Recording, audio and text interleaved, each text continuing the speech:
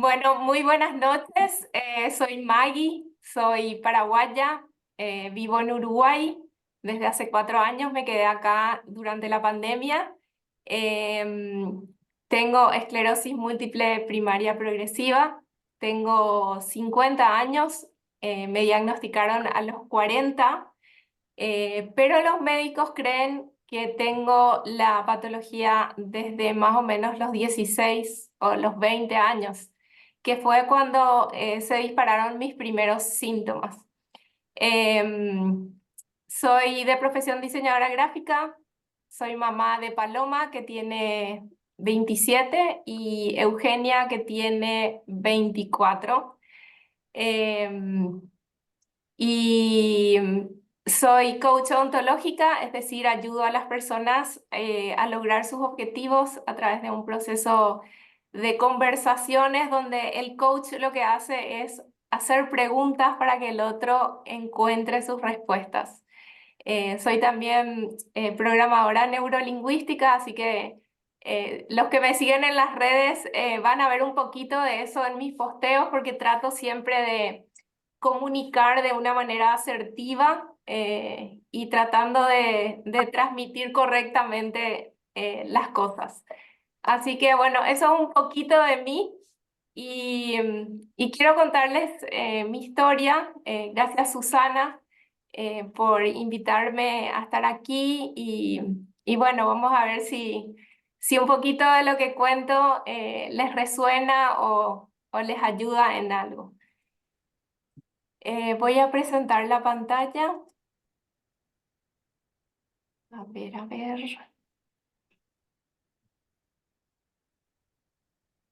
Esperen, esperen, esperen. Ahí abajo en la copita tenés que, ahí. Ahí está. Muy Sí. bien, vamos. Y yo les pido disculpas porque, bueno, yo a Maggie la conozco hace casi 10 años y realmente hemos tenido una muy buena conexión. Así que para mí lo principal es ella la protagonista, como todos ustedes son protagonistas ya que padecen la enfermedad. Y bueno, Maggie, adelante, todo tuyo. Bueno, comienzo haciendo una pregunta que no hace falta que la respondan, pero la pregunta es si alguna vez sintieron ganas de morirse. Y les voy a decir por qué hago esta pregunta. Porque el otro día estaba volando desde Asunción a Uruguay, a Montevideo, y hubo una turbulencia horrible en el avión. Esta es una foto que saqué desde el avión en otro momento, no en ese momento. Y es curioso lo que hace la mente humana cuando está ante una situación de quiebre como la que tenemos nosotros, los pacientes de esclerosis múltiple o de otras cosas. Muchas veces sentimos ganas de dejar de luchar, de que todo se termine. Pero es curioso lo que pasa con la mente porque estando en medio de esa turbulencia espantosa en la que estaba, a no sé cuántos miles de metros en el aire, empecé a rezar fervorosamente para no morirme. Entonces, después, cuando logramos aterrizar y todo estuvo bien, pensé, qué curiosos somos los seres humanos. En un momento, ante una dificultad, queremos morirnos, queremos que todo acabe. Pero realmente en ese minuto final parece como que sí nos queremos atajar o sostener a eso que nos impulsa a ese latido de vivir. Y ahí me pregunté, ¿cómo gestionamos lo incontrolable? Así como Carla estaba contando que a veces no puede hablar bien o a veces algunos de nosotros no podemos caminar bien o no podemos controlar nuestro esfínter o cualquiera de los síntomas característicos de la esclerosis múltiple. Mi pregunta en ese momento en el aire y luego al estar en la tierra fue, ¿cómo gestionamos lo incontrolable? Muchas veces estamos frente a una minúscula cuestión que es el 10% de todo un 100% que tenemos en nuestra vida. Y ese 90% de ese 100% está bien, pero el 10% está mal y nos enfocamos en ese 10%. Así que hoy les voy a hablar de ese 10% que me quebró en un momento a mí, así como seguramente a ustedes les pasó. Yo siempre hice actividad física desde niña. Mis padres siempre me tiraron al agua y aprendí a nadar y hacer ejercicio y siempre estuve haciendo actividad física. Nadaba, corría, andaba en bicicleta, bailaba, siempre estaba activa. Hasta que me empezaron a pasar algunas cositas en el cuerpo y fue, como les dije al comienzo, todo comenzó con un temblor en las manos a los 16 años y durante 20 años, literalmente, hasta los 40 años, los médicos que me atendían por las diferentes situaciones que me pasaban me decían esta frase: todo está en tu cabeza, porque todos mis estudios me salían bien. Entonces yo, por ejemplo, me caía de la bicicleta o me orinaba encima o me costaba subir y bajar los escalones de una escalera y me hacían los estudios porque yo iba preocupada al médico y el médico siempre me decía esta frase: Maggie, todo está en tu cabeza, vos estás bien, vos estás sana, mira, todos los estudios salen perfectos. Entonces lo que yo hice fue empezar a fortalecer esa mente que me decían que estaba equivocada. Hasta que a los 40 años, un día dejo de correr, cuando me voy al parque para correr, ya no podía hacer el gesto característico que uno hace al correr. No podía levantar los pies del suelo. Y ahí viene el diagnóstico finalmente, es decir, 20 años después de que empezaron los primeros síntomas. Y el médico me da la noticia, sé que les va a sonar esta parte: tenés esclerosis múltiple. Yo tenía 40 años y jamás en mi vida había escuchado qué era eso, no sabía quién tenía eso, no sabía qué le iba a pasar a mi cuerpo. Y el médico me hace la explicación del cablecito. Me dice: lo que vos tenés es una enfermedad donde el cuerpo se ataca a sí mismo, destruye la mielina y todo lo que vos querés hacer se ve interrumpido porque esa mielina está rota, vamos a decir. Entonces, por eso, por ejemplo, no estás pudiendo correr, no estás pudiendo levantar el pie, no, si usas taco alto te caes de la bicicleta y me explica todo. Yo no sabía nada de la esclerosis múltiple.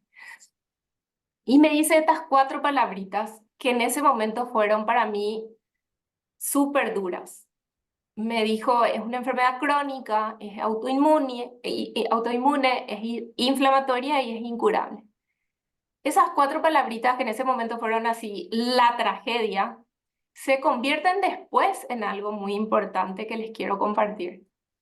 Y me dice: no se sabe qué la causa, cómo evitarla ni cómo detenerla. O sea, a esta altura yo decía: pero ¿y qué me va a pasar? Y decido preguntarle al médico, no sé por qué le pregunté esto, pero le digo: si todas las funciones dependientes del sistema nervioso se están viendo alteradas, ¿cuánto tiempo me queda para que no me funcione más nada? Y el médico, que no solamente me había dado un diagnóstico, me da también un pronóstico. Me dice: y mira, por cómo vos estás, yo creo que en 20 años más vos ya no vas a tener las funciones dependientes del sistema nervioso. A esta altura, si están haciendo los cálculos, esto pasó hace 10 años, ¿sí? Y él me dijo ahí 20 años. Entonces yo lo primero que hice fue entrar en lo que en coaching llamamos el modo víctima. El modo víctima culpa, el modo víctima se enrosca en sí mismo, el modo víctima cree que es un castigo divino, es un castigo del Estado, de la familia, de lo que sea. El modo víctima se paraliza y no hace nada. Y en ese momento en el que yo estaba como, yo defino el pozo, porque estuve como haciendo el duelo más o menos un año y medio. Me iba a trabajar lo mismo y estaba con mis amigos que no sabían que yo tenía esclerosis múltiple. Yo les mentía a ellos. Cuando me preguntaban, ¿por qué estás caminando raro? Yo les decía, estoy cansada o hice mucho ejercicio hoy. Y en un momento, no un año y medio después de ese silencio, empiezo a hacerme esta pregunta, que es también muy característica del coaching. Por eso es que aclaro que cuando los médicos durante todo ese tiempo me dijeron todo está en tu cabeza, yo empecé como a fortalecer mi mente, creyendo que fortaleciendo mi mente yo iba a mejorar mi forma de caminar. Y me hago esta pregunta. ¿Es esta la vida que quiero vivir? La vida de víctima, la vida de estar culpando a los demás, la vida de estar entregándome a lo que me pasa, la vida de cada vez caminaba menos, cada vez usaba pañales más grandes. Mi vida estaba complicada porque yo estaba como entregada a la enfermedad. Hasta que dentro de ese proceso de preguntarme cosas, aparece una foto que los que lean mi libro van a escuchar esta historia porque es muy linda. Era una foto de mi papá que estaba en algún lugar de mi oficina y yo nunca le había dado la importancia que le di en ese momento, casi 2 años después de mi diagnóstico. La foto, como ven, está fechada en 1966. Fue un viaje que él hizo y él escribió esta frase y yo la encontré muchos, muchos años después. Y dice, lo que sea que la mente pueda concebir y creer, puede ser logrado. Y es como un despertar que tuve en ese momento. Fueron como señales que iban apareciendo y que yo las atendí.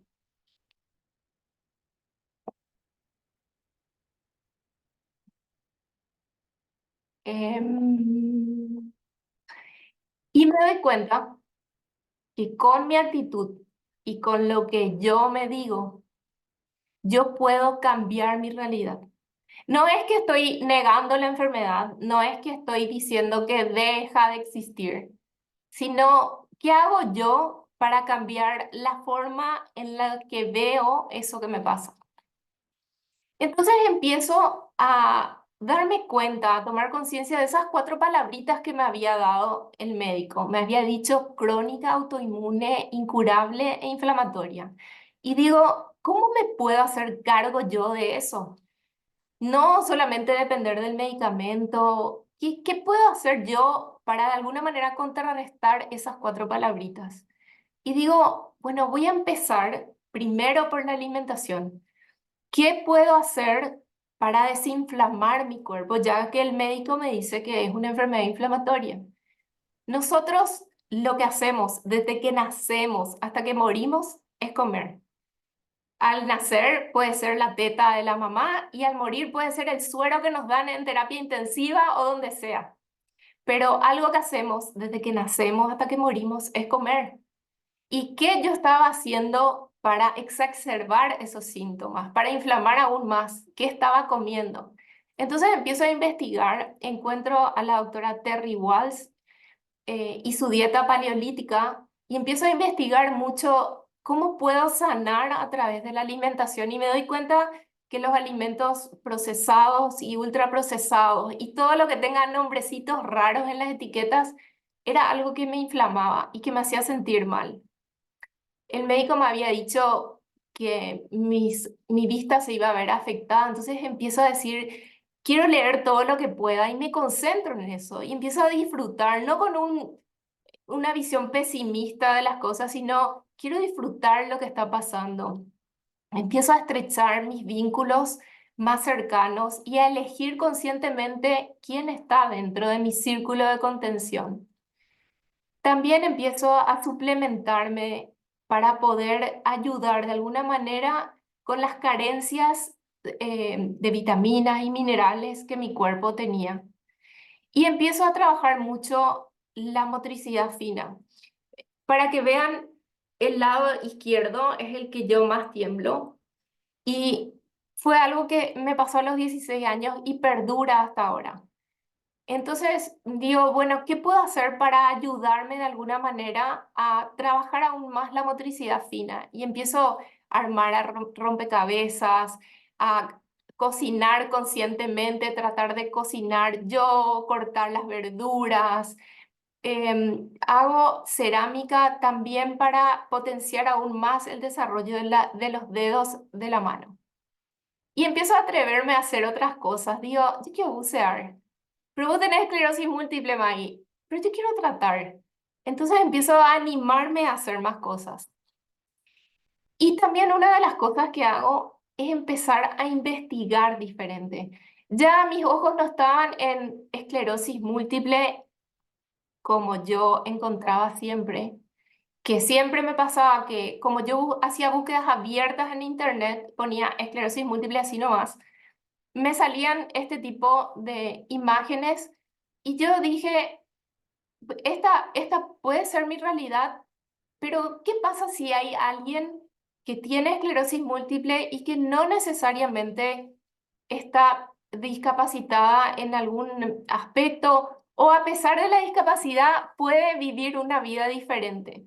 Dentro de eso, descubro la historia de que probablemente la conocen de Ramón Arroyo, Agna Egea y Diego Velázquez, tres españoles con esclerosis múltiple que me llaman muchísimo la atención y digo, ¿cómo puede ser que estas personas con esclerosis múltiple sean deportistas? Si yo apenas puedo caminar. Y empiezo a mirar diferente lo que me pasa y me adentro en la historia de Ramón. Compro su libro, empiezo a leer y empiezo a interesarme acerca del Ironman. El Ironman, para los que no sepan, es una competencia deportiva que consta de tres disciplinas que hay que desarrollar en un tiempo determinado. El medio Ironman es un evento donde se hace 1900 metros nadando, 90 kilómetros de bicicleta y 21 kilómetros corriendo. Y digo, yo quiero hacer eso. Y la gente de mi entorno me dice, Maggie, vos estás loca, vos no podés hacer eso, vos apenas caminás, vos no podés montar en bicicleta, te vas a lastimar, ¿para qué te excedes? Acepta tu diagnóstico, déjate de buscar problemas. Pero yo no escuché. Yo dije, voy a empezar a entrenar y voy a hacer lo que mi cuerpo puede hacer, sin excederme, respetando el ritmo de mi cuerpo, escuchándole a mi cuerpo. Así que empiezo a practicar las tres disciplinas a mi manera. Y ahí pasa algo. Todo esto que les acabo de contar, solo sabían muy pocas personas de mi entorno. Y decido qué bueno sería hablar. Y una de las personas que me estimularon a hablar son mis dos hijas. Yo trabajo mucho en marketing inmobiliario y en ese momento a mí me tocaba mucho subir a los andamios de las obras en construcción.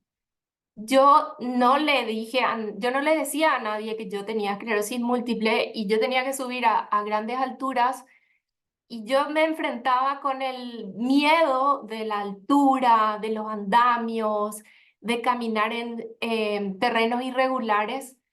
Y después volví a mi casa súper estresada y mis hijas me decían, mamá, ¿por qué no hablas? ¿Por qué no contás lo que tenés?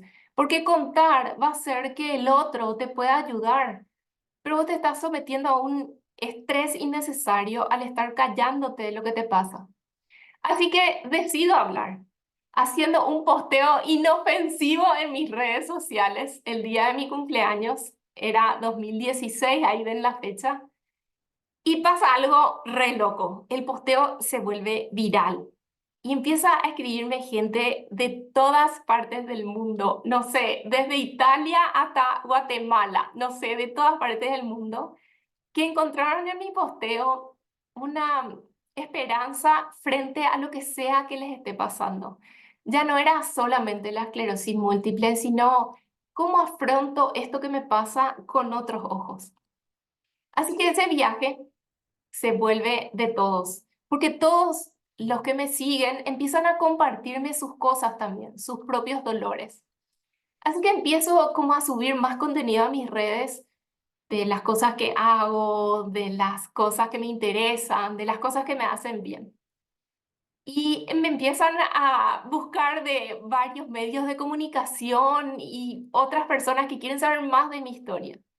Y pasa esto que está pasando hoy entre nosotros. Se crea una comunidad.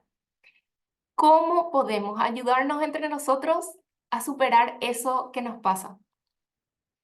Así que esos 20 años que el médico me dio al comienzo y que a mí me sumió en un gran pozo, se convierten en una fabulosa oportunidad de ver diferente la vida. Yo ahí hice un cambio de mirada y digo, ¿cómo puede ser que yo me estaba proyectando a 20 años cuando ni siquiera puedo vivir en forma, intensamente y con calidad el momento presente? Así que se produce un cambio de mirada muy importante en mí. Y esa vergüenza y ese silencio que yo tenía al comienzo respecto a esto que me pasa, se convierte en un propósito de vida. Mi propósito de vida hoy es servir a los demás, escuchar a los demás y poder de alguna manera ser un instrumento de fortaleza, de inspiración, porque cuando yo doy, yo también recibo. Así que ese todo está en tu cabeza se convierte en otra cosa. Se convierte en darme cuenta que efectivamente ese todo está en tu cabeza, vos no tenés nada, Maggie, y ese proceso que hice de fortalecer mi mente me empieza a hacer una poderosa mente para llegar a hacer grandes cosas. Y me doy cuenta que creo en mí, que creo en el poder de la vida que visualizo tener. Y dentro de eso, para poder creer en mí, para poder tener la vida que quiero, tengo que tener una herramienta que les quiero transmitir hoy, que es el plan de vida. ¿Quién quiero ser en el mundo? A pesar de lo que me pasa, a pesar de lo que me toca, ¿qué quiero transmitir? ¿Qué quiero hacer con mi vida dentro del mundo?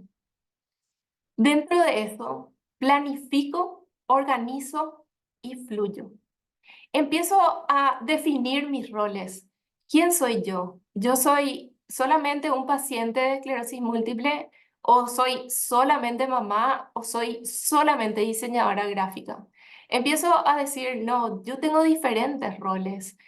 Tengo el rol de deportista, el rol de madre, el rol de diseñadora gráfica, el rol de paciente de esclerosis múltiple, el rol de motivadora, el rol de amiga, el rol de pareja, el rol de hermana.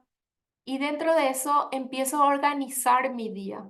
Y planificar y organizar mi día hace que mi día no pase simplemente del día a la noche, sino que de alguna manera tiene un objetivo a cumplir cada día.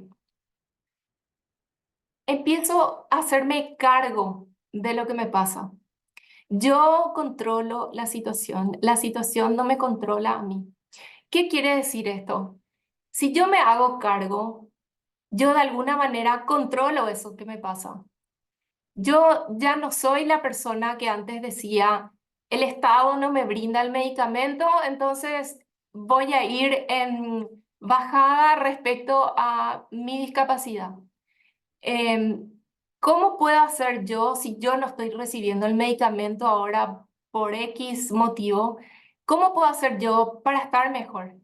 Abro la puerta y salgo a la calle, aunque dé 2 pasos. Quiero aclararles ahora que la mayor discapacidad que yo tengo es de la zona media del cuerpo hacia abajo. A mí me cuesta mucho caminar. Puedo caminar con ayuda de bastones o sosteniéndome de alguien, pero lo que más me cuesta es caminar. Em, Atrás quedaron los días de la bicicleta y de las carreras de calle, eh, pero de alguna manera me hago cargo de eso que me toca para poder vivir mejor a pesar de ello. Otra de las herramientas que utilizo, soy puntual. Valoro mi tiempo y el de los demás. ¿Cómo hago para organizar mi día y cumplir con mis objetivos? Respeto mi tiempo y el de los demás. Otra de las herramientas es no hablo mal, ni de mí ni de los demás. Yo no soy ni burra, ni tonta, ni inútil, ni idiota. Y tampoco los otros no son eso. El hablar mal de mí hace que potencie eso que yo creo de mí. Entonces, yo estoy permanentemente, como dicen en la milicia, arengándome. Dale, Maggie, vos podés. Eso no quiere decir que yo no esté mal, que yo a veces no esté en el pozo, pero decido conscientemente no hablar mal de mí. También me doy cuenta que lo que veo frente a mí tiene algo que ver con algo que yo hice, dije o dejé de hacer.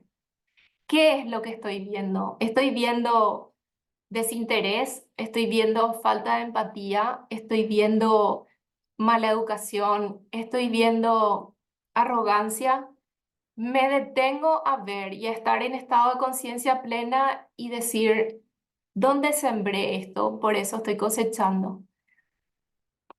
Ese estar en estado de conciencia plena hace que uno de alguna manera controle eso que le pasa. También una herramienta fabulosa y que puedo decir que la aprendí acá en Uruguay y la entendí es el perdón. Antes me dedicaba a culpar a los demás o culpar las situaciones y hoy puedo decir que entender lo que me pasa y entender el rol del otro dentro de mi vida, entender el poder de perdonar al otro y de perdonarme a mí, de entender que yo no quise hacer a propósito tal cosa o el otro no me quiso perjudicar porque sí la vida, de alguna manera me libera. No estoy atrapada en el sentimiento del odio, del rencor, del enojo, porque eso inflama tanto como una galletita Oreo. Soy consciente de lo que me rodea. Soy consciente de que puede ser que no camine como caminaba antes, puede ser que no pueda andar en bicicleta como andaba antes, puede ser que no ataje el pipí como atajaba antes, pero soy consciente que puedo respirar, que puedo ver, que puedo hablar, que ustedes me están escuchando, que puedo mover las manos y que puedo hacer tantas cosas que antes del diagnóstico, les confieso, no era consciente de esto. Hoy valoro estas palabras que salen de mi boca y este aire que estoy respirando sola. Así que estar en ese estado de conciencia plena me hace súper abundante porque entiendo de otra manera eso que me toca. Y acá viene una herramienta que es muy poderosa. En el coaching hablamos que los seres humanos funcionamos en 3 dimensiones: cuerpo, lenguaje y emociones. Dentro de eso, si yo estoy parada en forma eh, como así toda encogida, si estoy como triste, si hablo despacito o si hablo gritando, o si estoy diciéndome siempre, no sirvo para un carajo. Todo eso hace que yo entre en lo que se llama el modo víctima, del cual les había hablado al comienzo. ¿Cómo me paro frente al mundo? ¿Qué me digo? ¿Cómo hablo frente a los demás? ¿Qué volumen uso? ¿Cómo gesticulo mis manos? ¿Qué cosas me voy diciendo a mí y a los demás? ¿Qué hago con las emociones con las cuales voy transitando eso que me pasa? Soy protagonista y no soy víctima. Lo que me digo cambia mi realidad. Es cierto, hay cosas que nos pasan y que son horribles, que no nos gustan, querríamos que sean diferentes, pero esto es lo que nos toca a nosotros y esto, y voy a hablar por mí, es lo que me tocó a mí y de alguna manera me hizo abrir los ojos muy diferente. Yo era otra persona antes y esto de alguna manera tocó a mi puerta y me dio una llamada de atención para mirar de otra manera al mundo. Dentro de las herramientas hay algo genial que no sé si ya usaron el GPS yéndose a algún lugar. Y no sé si se dieron cuenta que de repente el GPS hace como una ruedita donde va buscando como señal. Para y recalcula, recalculando, dice el GPS. Bueno, yo lo que hago cuando no puedo caminar bien, estoy en la calle, siento que me estoy orinando encima, siento que me estoy bajoneando, siento que estoy desesperada porque estoy perdida, no sé dónde estoy, paro y recalculo. Me siento, pienso, llamo a alguien, pido ayuda. Paro y recalculo. No puedo seguir si mi GPS no funciona bien. Paro y recalculo. Y por sobre todo, pido ayuda. Y dentro de ese pedir ayuda está silenciar nuestro ego y decirle al otro, no puedo, ¿me das una mano? Dentro de ese pedir ayuda, les quiero contar que en el año 2022 armé un grupo para hacer el famoso Ironman del cual les hablé al comienzo. Y ese Ironman estaba formado, yo quería hacer sola, pero me di cuenta con el tiempo, con el pasar de los años, que mi cuerpo no iba a poder jamás hacer esas tres disciplinas juntas y en un tiempo determinado. Así que convoco a otros dos uruguayos a armar un equipo conmigo para poder hacer el 70.3 Ironman de Punta del Este, que yo les expliqué, tiene tres distancias. Yo iba a hacer la parte de natación, que es lo que me sale mejor.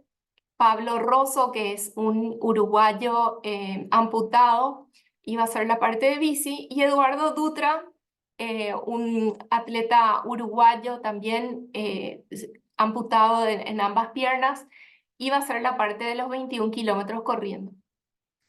Planeamos todo, nos organizamos, planificamos y después pasa algo.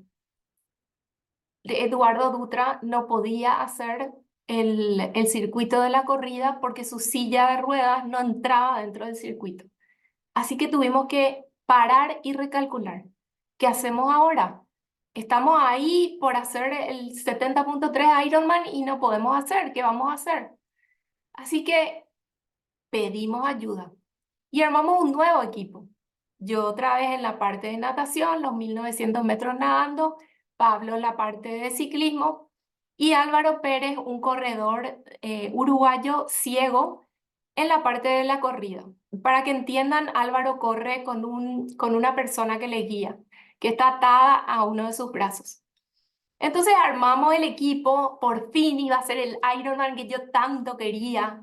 Parecía que estaba dentro de la película de Ramón Arroyo y cae un temporal de la Gran 7 en Punta del Este ese año. Era 2022.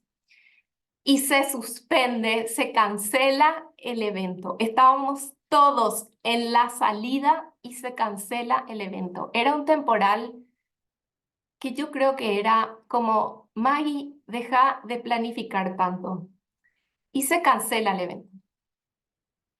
Así que hoy puedo decirles que después de parar y recalcular, después de volver a intentar, después de creer en mí, pasó esto que ven acá. Este marzo del 2024 logré finalmente colgarme la medalla del Ironman porque armé un nuevo equipo y logré terminar los 1900 metros nadando que me ven ahí saliendo del mar en la foto de arriba a la derecha, en un mar que estaba súper intenso. Y Carlos, el que está a la derecha con la remera naranja característica de la esclerosis múltiple, es un atleta que no tiene la patología. Él hizo los 90 kilómetros en bicicleta. Y Amado, el que está con la remera celeste, hizo los 21 kilómetros corriendo. Él tiene esclerosis múltiple como yo. Así que dos pacientes de esclerosis múltiple paraguayos pudimos hacer el Ironman de este año.